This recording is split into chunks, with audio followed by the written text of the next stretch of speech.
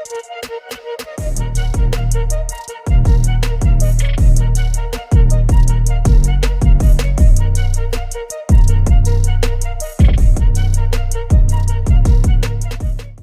guys, we're back for another big episode, and this one's kicking off with a pretty big FJ45 build. So at the moment we've got a bare cab, and that's currently sitting on an 80 chassis, and that's pretty much the gist of it.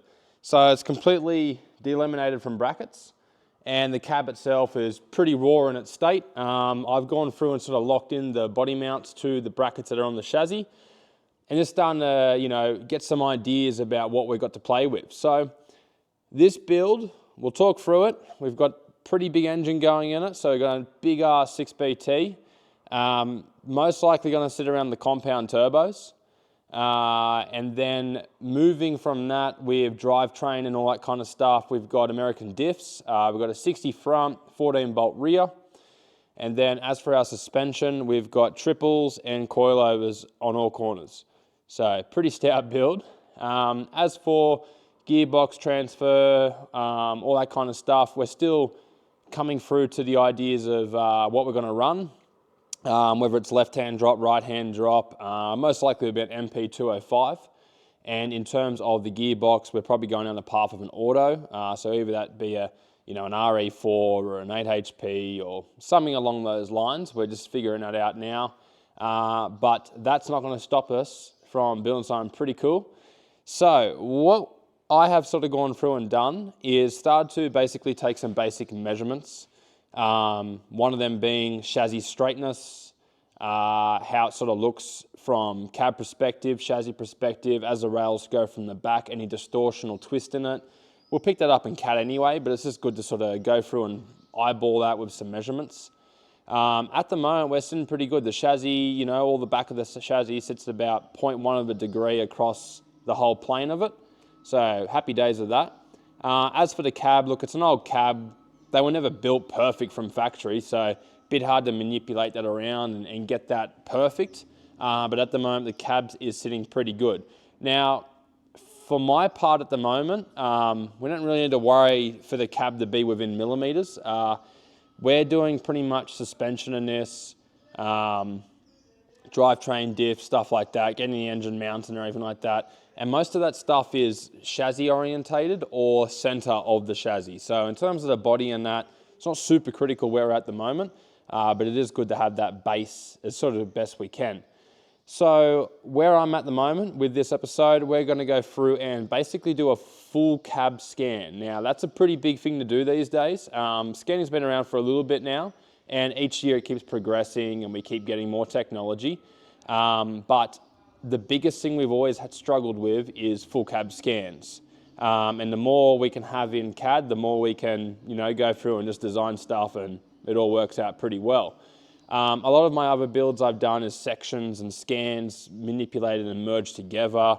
And for the most part, it works all right. But if you can do a full scan and merge all of that data as a one body, you can really, design stuff pretty easily and flawlessly too.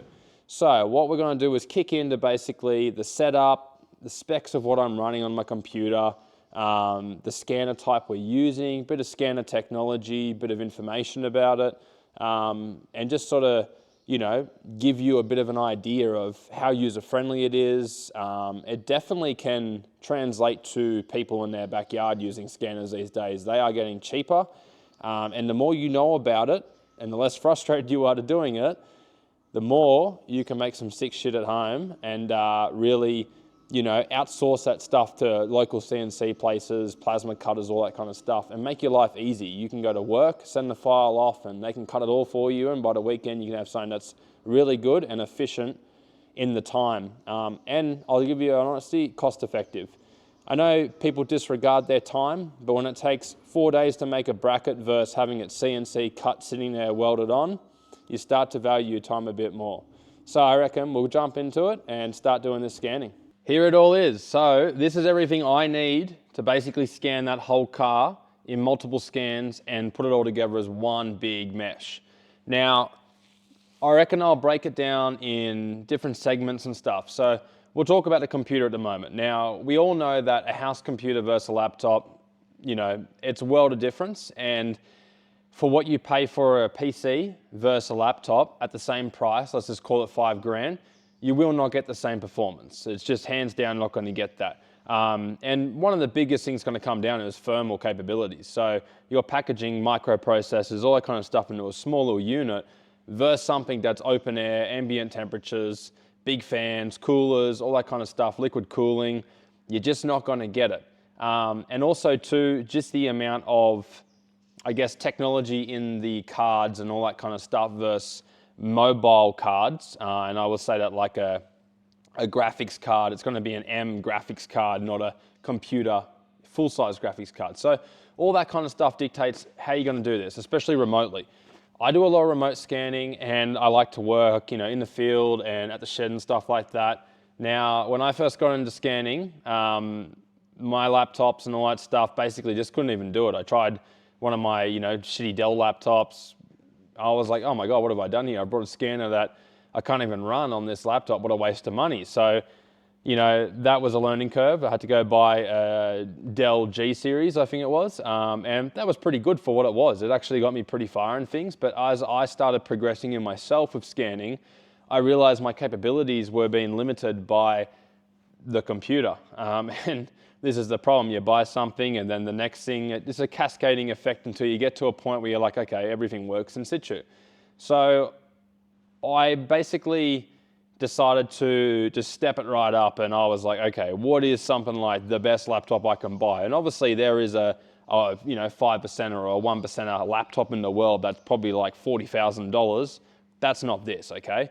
But when we talk about top of the range consumer laptops, this is pretty much there. Now, every company is going to have their takes on that with the components. So you'll have a criteria of components and then they'll make their laptop.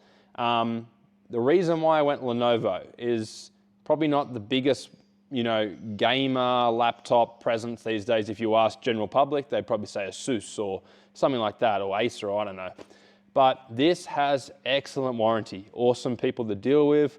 Their, you know, call services and all that kind of stuff are really good. So I went with that. And just to put it in perspective, pretty well, when I had an issue with this laptop once I first got it, I had some magnetic dust touch the speakers and the speakers stopped working. I hit them up, they gave me a new laptop straight away. So that's why I went with this brand. Now I quickly break down the specs on this laptop. It's about to go flat, so that is the negative to these, is these do not last at all on battery. This is probably 40 minutes, 30 minutes maxed out. So we'll break it down. We got it's a Lenovo Pro 7 Legion. That's basically the model of it.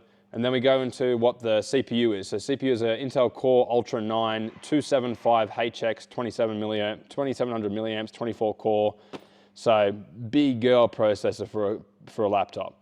RAM, we've got DDR5, 64 gig. We could step that up with bigger cards, and as of 2026, you can get 64 gig singular cards. Now, do you really need that? Once you start getting into massive, big, open space scanning, you'd really do, because that is your backbone to sort of processing that random memory of what you're doing. Then we move on to the graphics card. Now, some scanners will use graphics, some will use CPU. This is a 24 gigabyte 5090 GTX or whatever it is. So pretty well, go back like just a couple of months, this was like the biggest, best graphics card you can get. So 24 gig, that is massive. Especially when you go back a couple of years, and the biggest you could get was like 6 or 8 as a full card and that.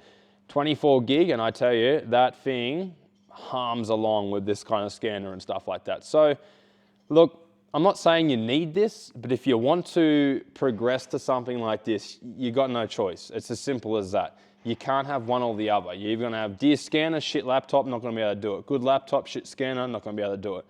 They work in harmony with each other, and that's what I'm going to break down with you and stuff like that. So I will be transparent on costing, because I don't really, you know, it's a business kind of thing. And basically this particular laptop here, this retails for about 10 grand. Now, that's a lot of money, and I tell you right now, I didn't want to pay for that, but it got to the point where I was sick of scanning and it duplicating, being slow, frame rate being bad. it led me down the path of, I was like, okay, we'll buy something that future-proofs us. And I would say this laptop, every year, we're gonna have better and better and better. This laptop, you probably get 5 years of still being very good at what it does before you start to see the other ones really take over. And when it comes to CPUs, pretty much every year, they duplicate in, you know, how much transistors and shit like that that they can push into stuff. Your stuff's always gonna be old. It's basically all you can do. So that narrows it down to the laptop side of things. And like I said, for what we're gonna do on here, and once you see it start scanning, that's the gist of it. Now, let's talk scanner. This is a Revo Trackit, and you know, cost-wise about $8 grand. I have other scanners and everything like that. This is actually a scanner I borrow off a mate, so obviously you surround yourself with people that help you out. It's good to have. But I don't scan full cars all the time, so there's no real point for me having something this big. And I'll break it down in terms of why you would pick this, pick other scanners, stuff like that. Now, I've got a couple other scanners, and some of them are infrared scanner, which is really good at scanning stuff that, you know, if you don't want to use dots and it's got heaps of features in it, really good. Distancing, it's pretty good, but once you scan over distance, by not having the markers, you'll start to overlay, and in the virtual world of your scan, you will start to deteriorate and go off track from where your origin from.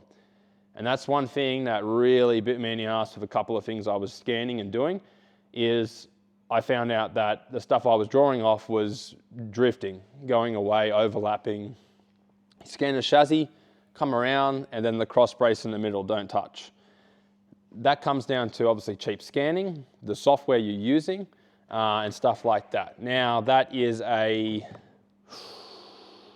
forget the brand of it actually, Ironstar brand. So good scanner, bang for buck. Like, it was probably bang for buck at the time. It was up there with probably one of the best under $5,000 scanners you could get, which stemmed up to a 10 grand scanner in how it processed in that. Software, hideous. It would just crash. You'd lose your scans. You could spend ages doing all that stuff and it just disappears. It corrupts itself. It's, for what it was, it's not bad. And I scanned a lot of stuff without markers. Now, infrared struggles on black, struggles on shiny stuff. It just doesn't work well. You got to use all the baby powders, the foot rub shit, and spray all that stuff on there to try and get it to minimize, you know, the reflectiveness of it, or either make a black a bit of white so that it can get the scan to come through as a detailed feature. Moving forward, I've got another scanner now which pushes into Revo. Obviously, there is brands that start at 15 grand, go up to $200,000. They're all different in how they work, and some of the cheaper scanners have better technology than some of the ones that are 100 grand, but it depends on the application you use it in. My new Revo Metro Y Pro,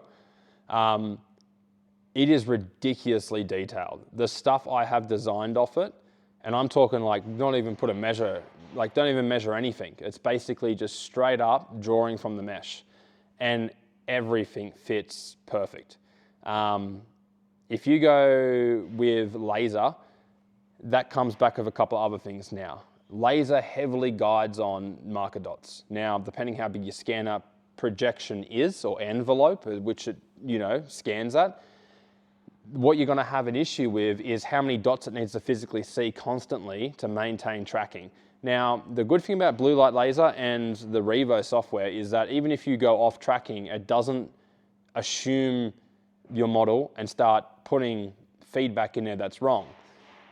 Revo, you can do this with your scanner all day long and it only puts in what it picks up, which is really good.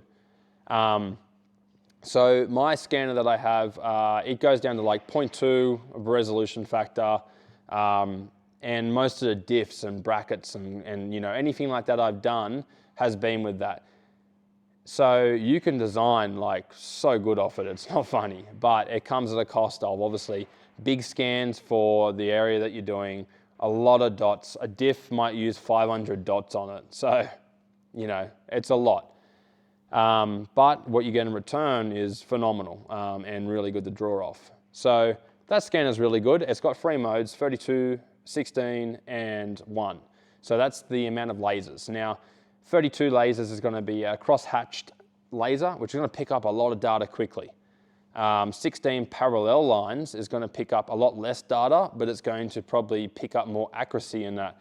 Now, single scan laser data, which if you were doing something like an engine and then you went the side of the block, single light scan of a laser will go into the threads and pick up those thread pitches and all that kind of stuff as long as you're steady with your hand scanning it. So the good thing about Revo now is that they've brought into their software where you've got 3 modes that you can go between while you're scanning and scan the whole block with a 32 scan, come back and then get the holes with a single, and it all is in one scan. So that's sort of, you know, that scanner there. Now this one here is called a Track It. This is pretty new too. Most of these are all pretty new that I've been talking about. The Revo Track It is a scanner that scans the scanner. And what that does is basically can position the scanner in, you know, a world or whatever you want to call it. And that's the reference, not the object you're scanning.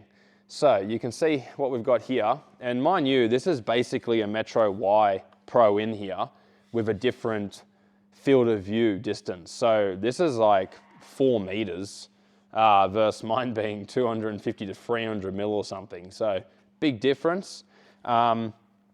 This just lays down so much data quickly, it's not funny.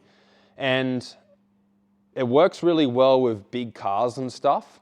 The only problem is once you select a large field of view, your resolution factor has to come up a bit. So you might be scanning at like a 1 to 2 to 3 millimeter instead of a 0.1 or 0.2. So big difference. And if you're kind of trying to draw stuff like a chassis rail support, easy. Hulls, not so easy. So like recently we've been designing a Nissan Patrol bull bar, you know, did some scans inside a buggy and stuff like that, so like a Zeus clip. This struggled to get the impression on the Zeus clip correctly to the point where you could work out where that hole was. My scanner, if you scanned it, every hole would be Mickey Mouse and perfect. So sometimes, you know, it's good and bad, but for a whole car scan, we don't really need to have all the little holes and all that kind of stuff. We can, you know, obviously reference the car and come back to things like that. So how this works is you are the scanner marker reference to the tracker that follows you. Now this is where we come into 2 different modes. We've got global marker, and then we've got basically a single scan which that follows it. So global marker means you would put 5 reference dots within the window you're scanning, and then 5 on the side, 5 on the rear, stuff like that. You go around the scanner, which is the scanner for the scanner. So this puppy here, which mounts up on a tripod, is what follows that scanner there. And what this will do is if we're in global marker, we basically walk around with this and establish a world of physical markers or entities of whatever you want to call it, so that it knows that position reference of the model and tracking so that this can relay that in reference to this. I know it sounds pretty crazy, but basically it needs to know that orientation of the car and the markers going around it so that it can keep this tracking correctly to laying that data down. Now, it does work good, but you need a lot of space. And I'm talking like a garage with nothing else in it so that you can get this in each corner. A workshop like this doesn't work so great. And we won't use that feature because you can't get this to sit in the right areas to the point where we're far enough back to see this. So what we will do is we'll go scanner scans the scanner, or however that all goes. But pretty well, we position it, we scan everything, and then that is a file. We move it, scan everything, that's a file. Now, as long as you converge 10% either side of that scan, there is enough feature alignment and information to merge them together. And I recently did one for Josh Hill, his bomber fab, or bomber fabrication chassis. So that is a big scan. That was 12 scans merged together. And that turned out amazing. Like, that looks so good in CAD, it's not funny. And we're only doing that just for sheet skins and stuff like that and dashes. and it worked very good. And that took me probably, there's a bit of stuffing around at the start, but really it took me probably under 2 hours to scan that whole car.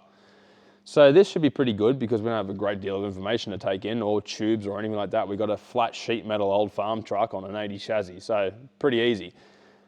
The best thing you need to do, but with stuff like this, is work out what we need to scan. Now, I really want internal of the chassis, the rear chassis. I don't care for inside the cab, but I care for the cab.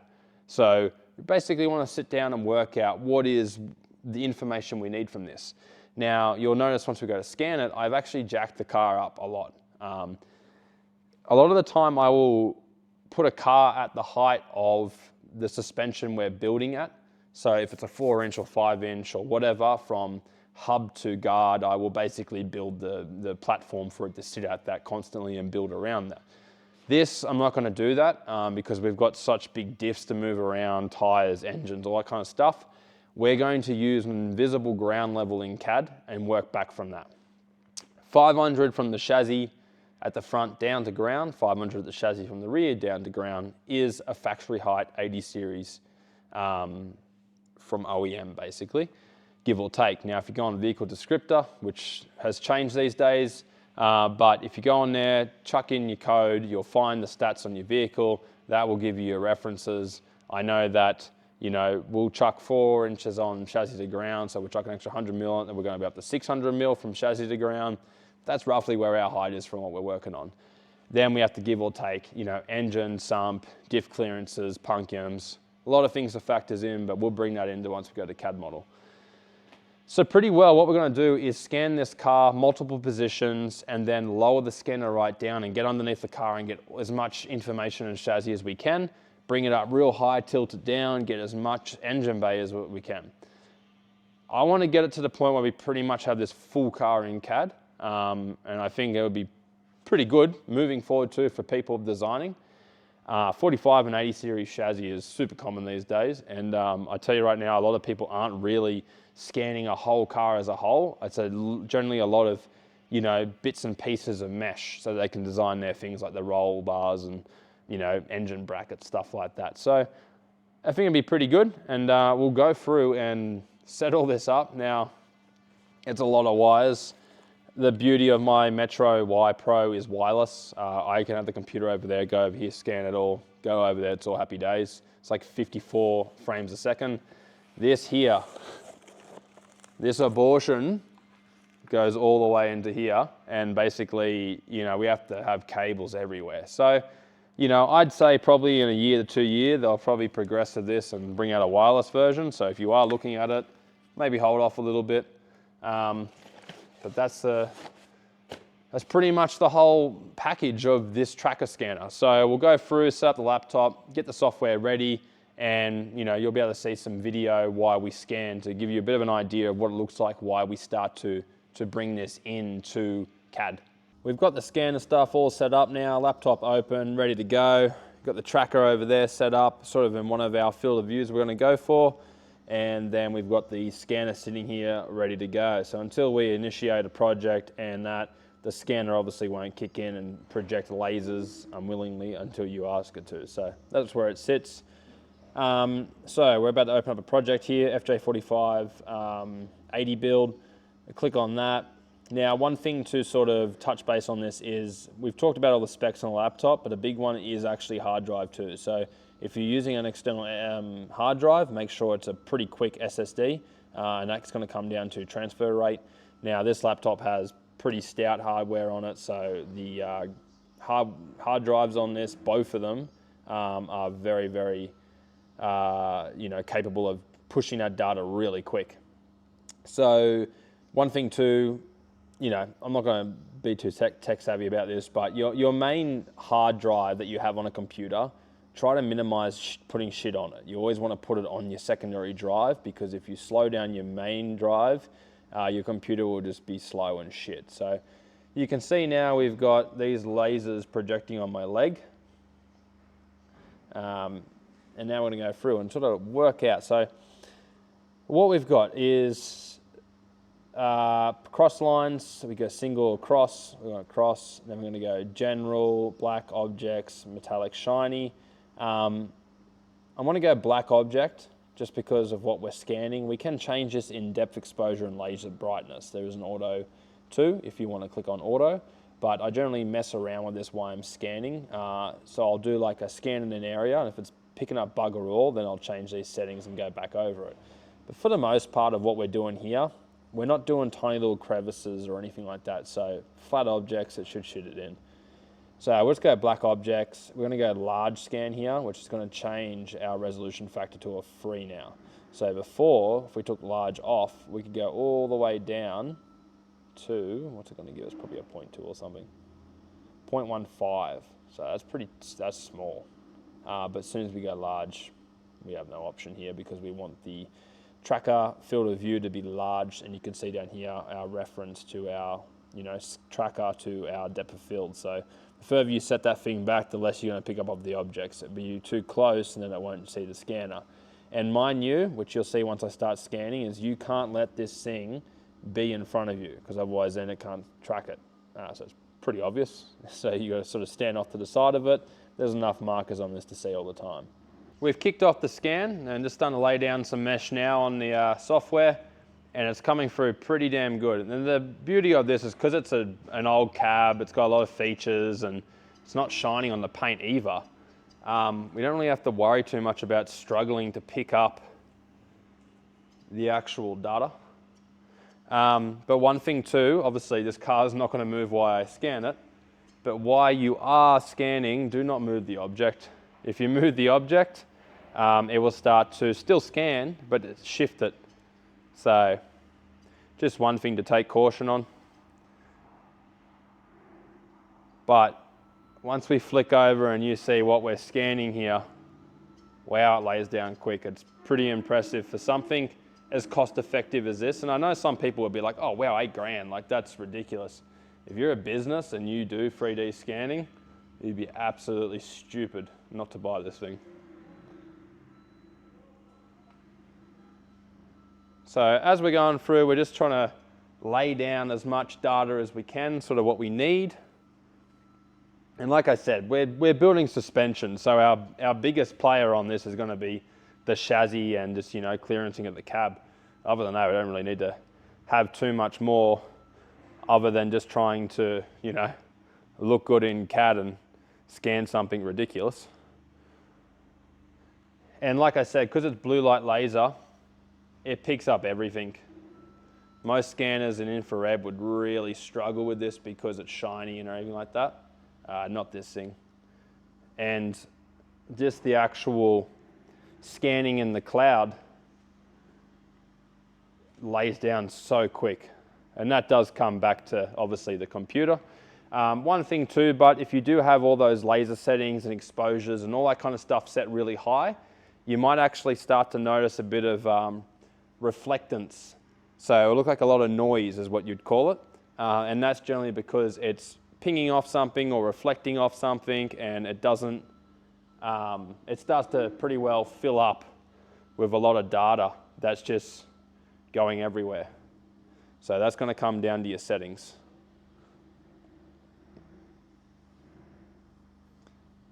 But yeah, it's laying down really nice. So I dare say it's probably going to take me a good hour to get most of this.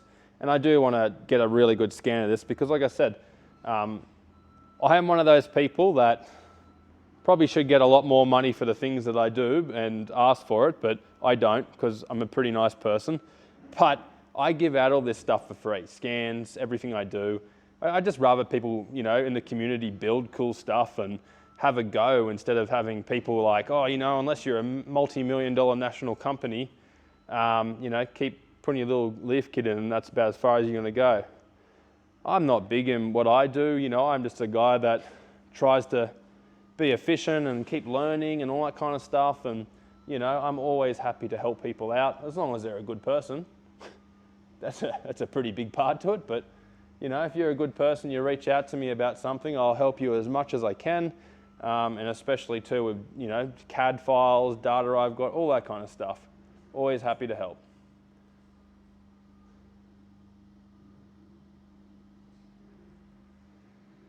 So I'm going to go through and scan this whole car, and then we'll come back to the final model and then you'll probably see some designs as we start to go through CAD. So guys, we're going to pull up on the FJ45 for a little bit, just as we're sort of forming it in CAD. We started doing most of the chassis skins and everything, and I've gone through and mocked the motor actually in there. And it's a very tight package. So what we're sort of waiting for is a couple more things just to guarantee we're not going to run into issues.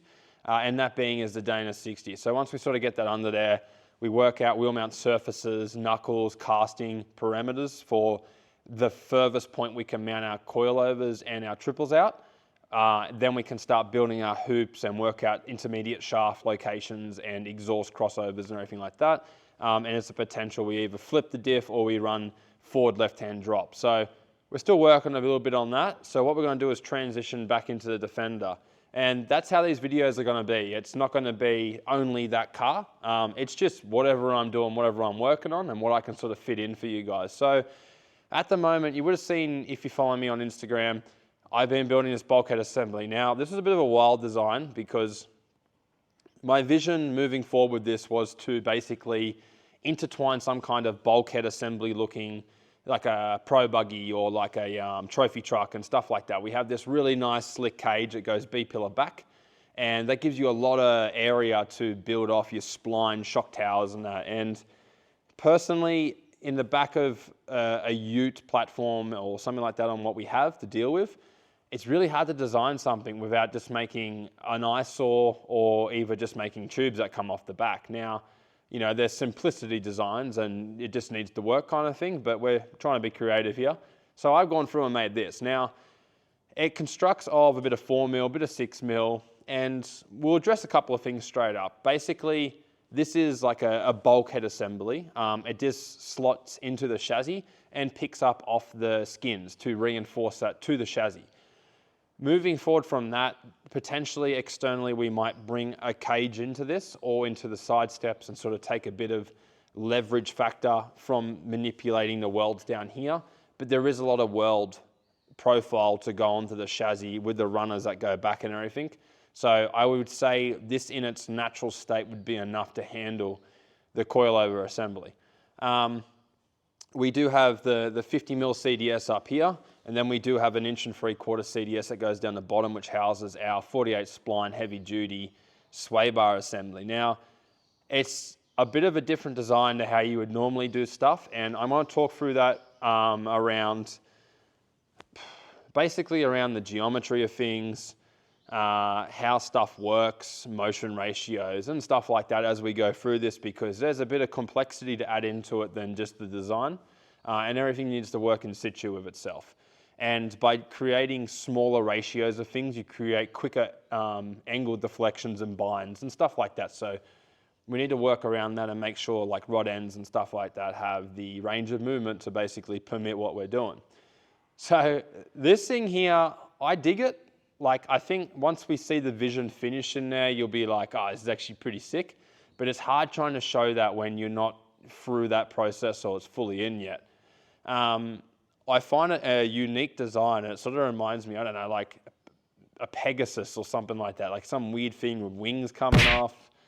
I don't know, it's an odd little thing. Another one that come to my head was like the old movie Tron, when they go into that little world and there's those things that follow them around in the like corridors, and they're sort of like the things that, you know, come along like that. I don't know, it's a bit of an interesting design, but pretty happy with it. And the design itself is boxed in a profile, which creates a very strong, you know, form structural kind of thing where it all goes up and forms into this. Now, this is interesting because like some things I use are an expensive process and some things I use aren't.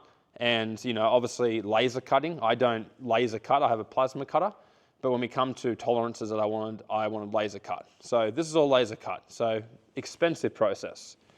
3D scanning the car, semi-expensive process. CAD, depends. If you're not paying for and using a student one and you're not doing any kind of like crazy stuff, can be a cheap process. Bending all of this up, I used a $180 press brake in my press and a digital inclinometer to work out the half angle of what I'm doing. Now, give or take, there is going to be some issues there where you have overpress, underpress with spring back and stuff like that. But once you start doing it for a while, you sort of get to that point where you can feel it. And if something's not too complex, you can generally bend it back a little bit, you know what I mean? And that is one thing, is when you bend stuff, visually think of it as an assembly so you can reverse back from it and do those bends without coming to an issue where you can't undo that issue.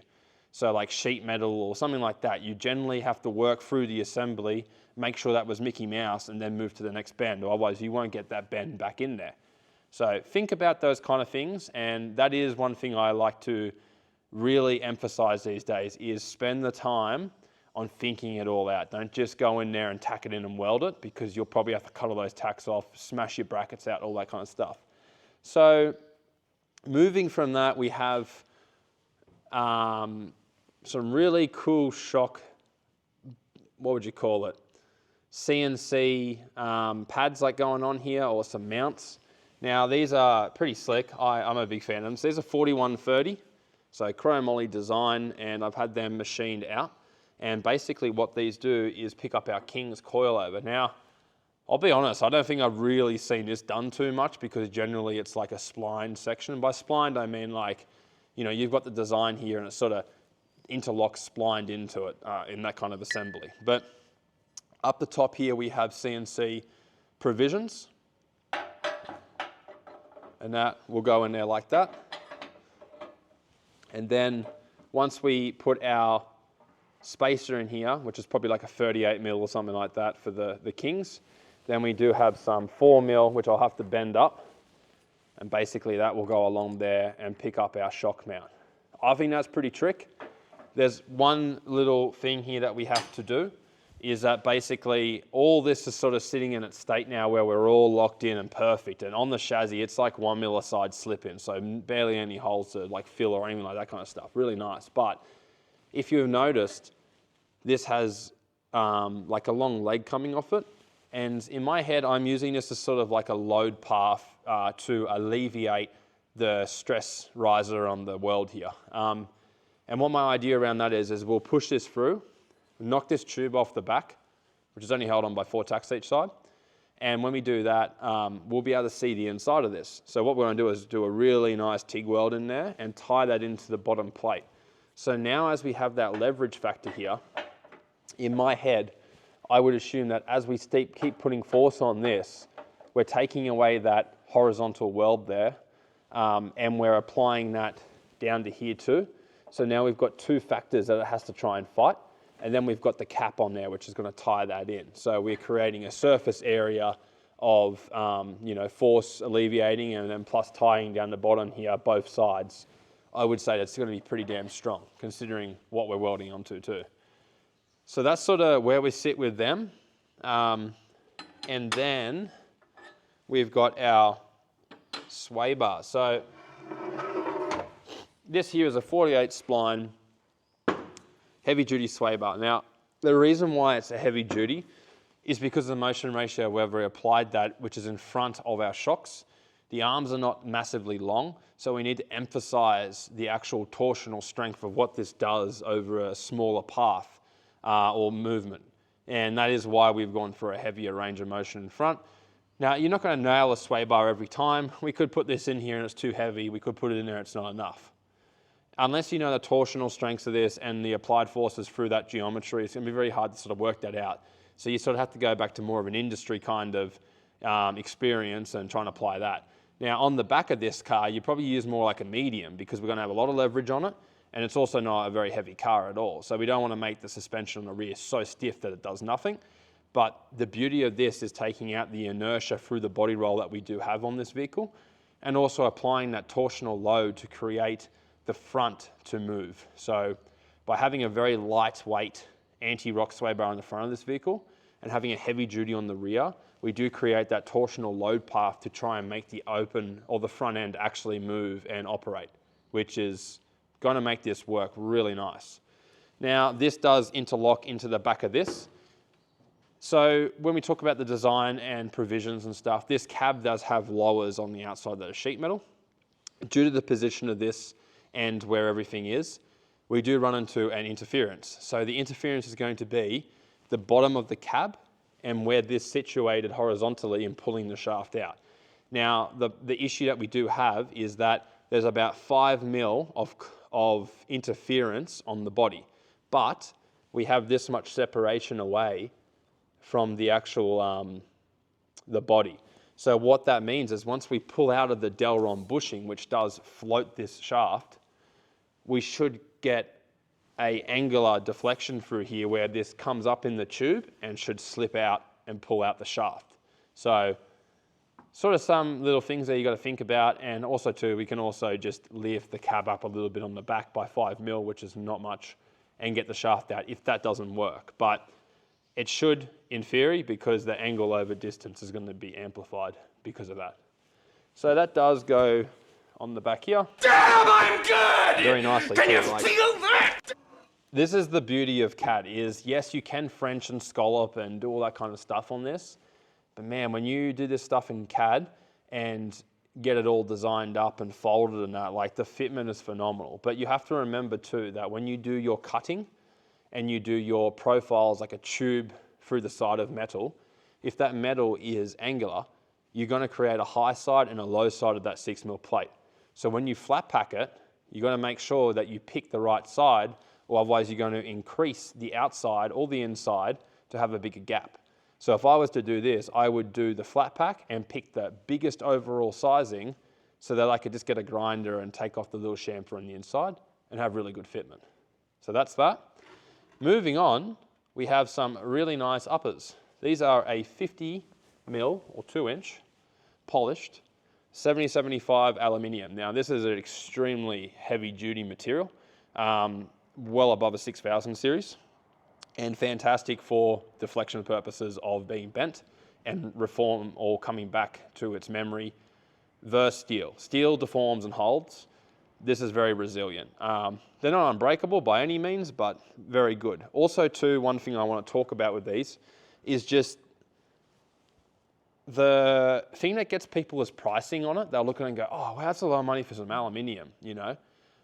But go make a set of heavy duty chromo or dome lowers, put a puck inside of it that's 6000 series tube or something, and then weld and rosette weld all of your bungs in, you're dead set at the same price. And there's a high chance that you will ruin the bungs that you put in this, because if you don't have the correct, you know, taps to tap them back out, if you don't have something to put in there to hold the form and cause less elongation on the threads, there's a high chance that you're going to deform that. And a lot of things that people do is they weld really hot with a TIG, and you'll notice that by the steel being very grayed out. So hot is good and bad depending on situations. You can sit in a spot too long if you're too cold, but that comes down to the person doing the TIG welding. With this, you got to be careful, because if you just TIG weld one spot and then go do something else and come to the other side, you start stretching it elongationally and causing those issues. If you have a rotator, it's pretty handy because you're just going to go around and run past. But when I do this, I weld, roll it, and do that till I get back to the start and stop. Do not double pass it in one go. You will deform these bungs and stuff them up. The 1 1/4 ones are a bit more resilient because they're a thicker bung. But once you start getting down to your smaller rod ends, they do get quite thin and you will have issues. And I had an issue the other day where I actually welded a 1 bung and it wasn't super thick. I started TIG welding the rosette weld, and a rosette weld is basically on the tube, you drill a hole and you plug weld it, which helps with that pulling force. And you're basically, it's much the same as Dana diffs. They rosette weld once they press them in, and that sort of helps with the pulling force of that. Now, one thing to consider with that is watch where it's going, because if you're TIG welding and it's super hot, it could be going somewhere and it's not filling up the hole, and that's what happened to me. I did a 1 inch bung, fed the rod in, and I was like, wow, this is really just going quick. Looked inside and I had a dowel like that long, nearly touching the other side of the thread. I had to die grind it down with a jig so it only applied pressure on that dowel, and then chase it out with an 1 inch tap. And an 1 inch tap is $220. So couldn't get another right hand thread bung, so I had to persevere and make it. Lucky enough that hole is right down the end of the thread, and you already have X amount of thread picked up. So even if you did take a bit of thread away from that rosette section, you still have well and truly enough thread within that to hold the force of that, that rod end in it, basically. So what I'm going to do now is I'm going to go through and start forming this up, tacking stuff in place. I will most likely weld this all MIG. And when it comes to the bulkhead here for the shock towers, I will TIG weld that. But everything else is going to go through and just basically MIG this all out. We'll put the bulkhead back in there and then we'll start connecting up everything.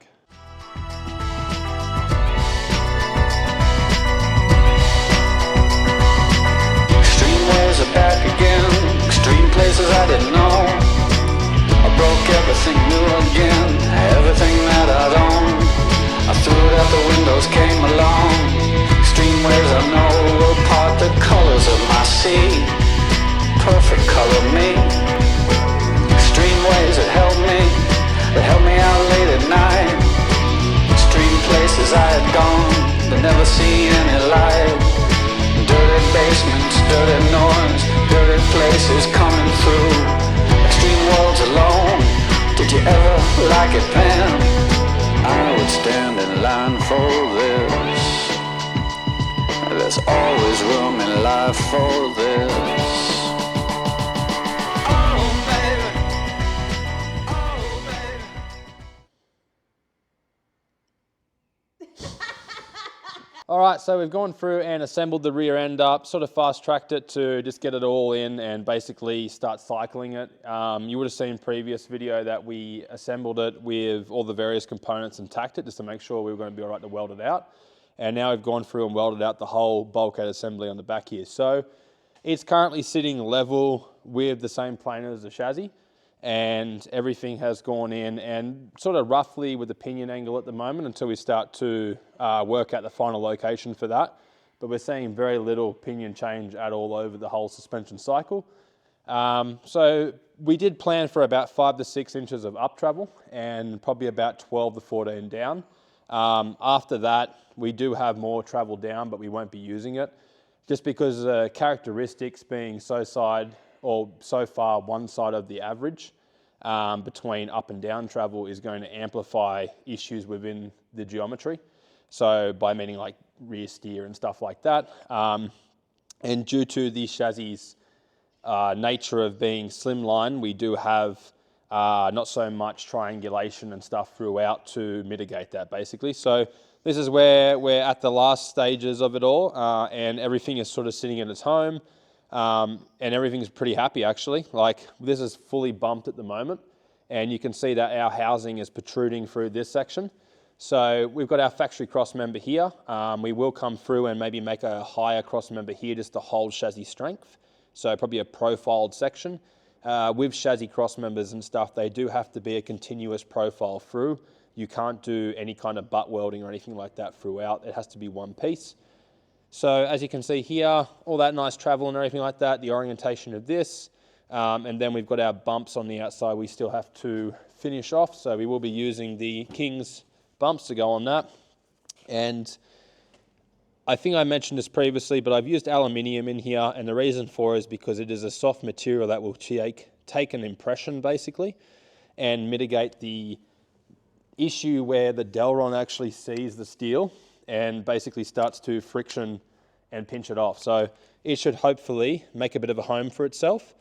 When we do set the bump up on this, we will take the Delron out and set it with no consumables so that if it does have any issue in like a race application or just driving it on the tracks and stuff like that, what we'll do is eliminate the chances of shock seeing full bump and deteriorating seals or pushing that pressure through the shocks and stuff like that, because now we've set it up with no consumable. So that is a little tip that most people that do in racing do, and it's good to do in stuff like this. You don't need to have that 12 mil of extra travel in your suspension because it's bugger all. I'd rather preserve the extremely expensive shocks than ruin all the other stuff. So we do have these little puppies.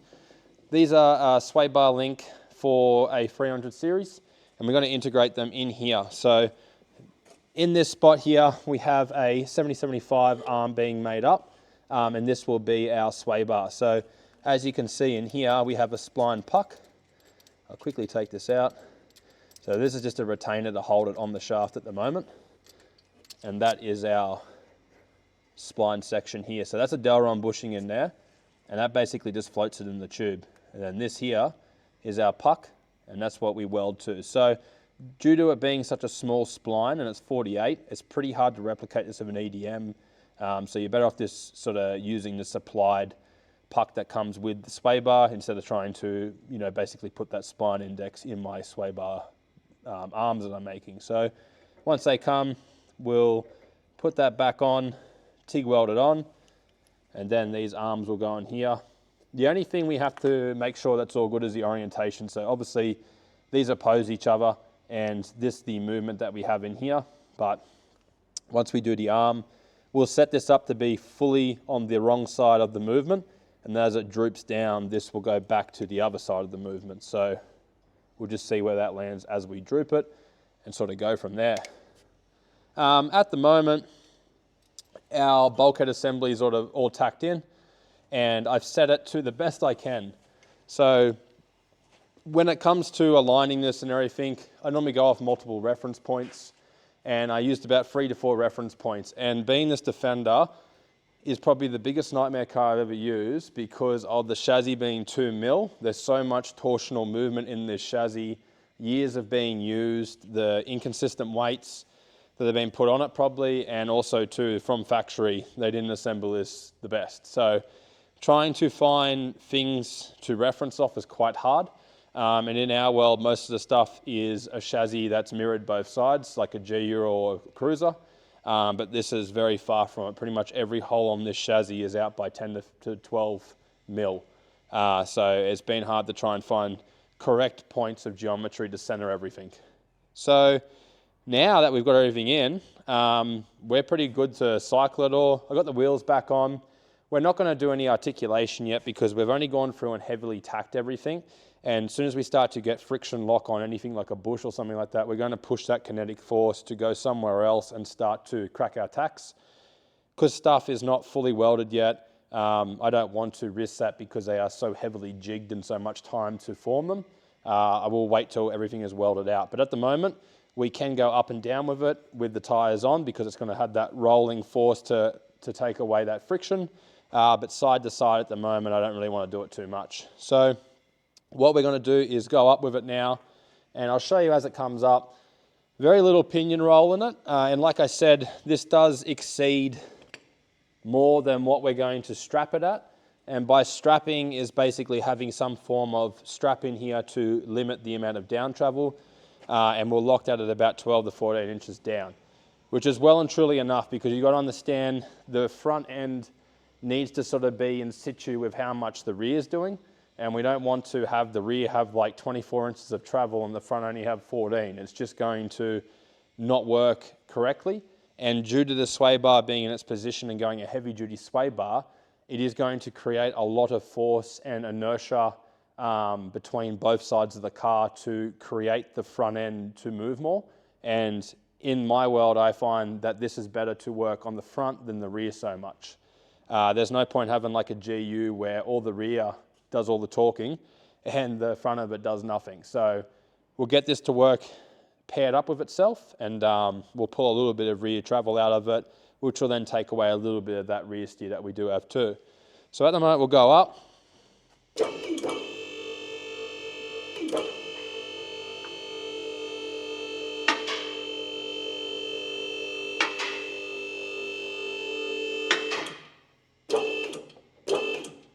So that's basically the full extension of the link at the moment, and the shock at the moment too. So this is a 12-inch coilover, and we're fully extended out. There's like no more really on this, and you would never want to run that far out either because you'd probably want to leave about half an inch to an inch in there so that you don't ruin the coilover. But the beauty of this all is the fact that the pinion is barely rolling that much. And the reason being is because we've pushed our geometry forward on the diff, which changes the pivot point of the pinion roll within this. So it's not completely mitigated, And generally in this kind of build, you would put your lower links under the diff like a trophy truck to better keep that pinion pointed at the transfer case like a trophy truck. But this is not a trophy truck, this is only a bit of a weekend warrior kind of rock crawler. So we don't need to have this so amplified. But everything clearance as well, like all of the arms are clearancing well, all of the rod ends are clearancing good. This in here had a lot of concerns for people because we are horizontally mounted. Clearancing is all good there, 5mm at full droop, so no problem with that. And like I said, we will pull a little bit out of this. So at the moment, pretty happy with it. We'll come back down with it and I'll show you what the bump looks like. And it looks pretty good when it comes through the floor. And this is all that forward thinking within the design on CAD to make sure everything clearances.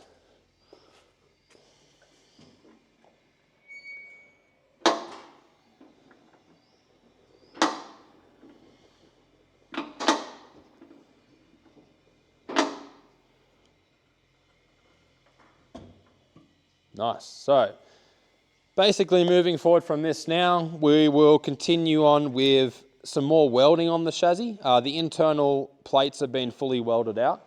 The external, not yet. I didn't want to completely weld everything yet in case stuff had to move. We will finish off the bump cans being mounted to the chassis and get that sitting probably angled just so we can get a little bit of articulation bump in it too and make sure that they do hit. So I'll probably add maybe an inch onto those bumps just to make sure that they do get articulation bump. And pretty much at the point to chuck coils in it and then flip the car around and start working on the front suspension. So also too, we are still working on the FJ and the FJ is about to get lamination plates on the inside of this, and then we'll put some engine mounts in it, which will then house the engine in it.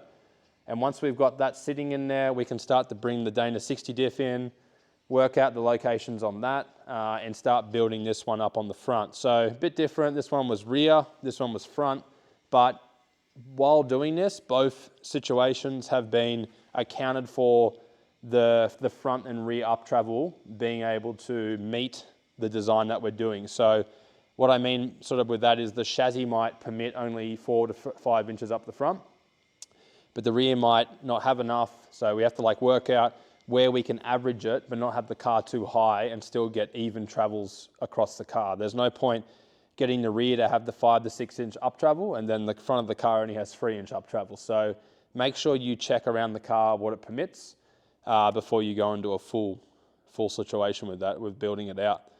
So pretty well, we'll call the episode there. A lot was involved in getting this sort of all fitting well and being happy. But now that it's all in and functional, we can keep moving and get all the good little parts that are coming at the moment, like the sway bar, arms and everything like that, all the machine sections, and start to show a bit more on that. So anyway, we'll leave it there, and thanks for watching.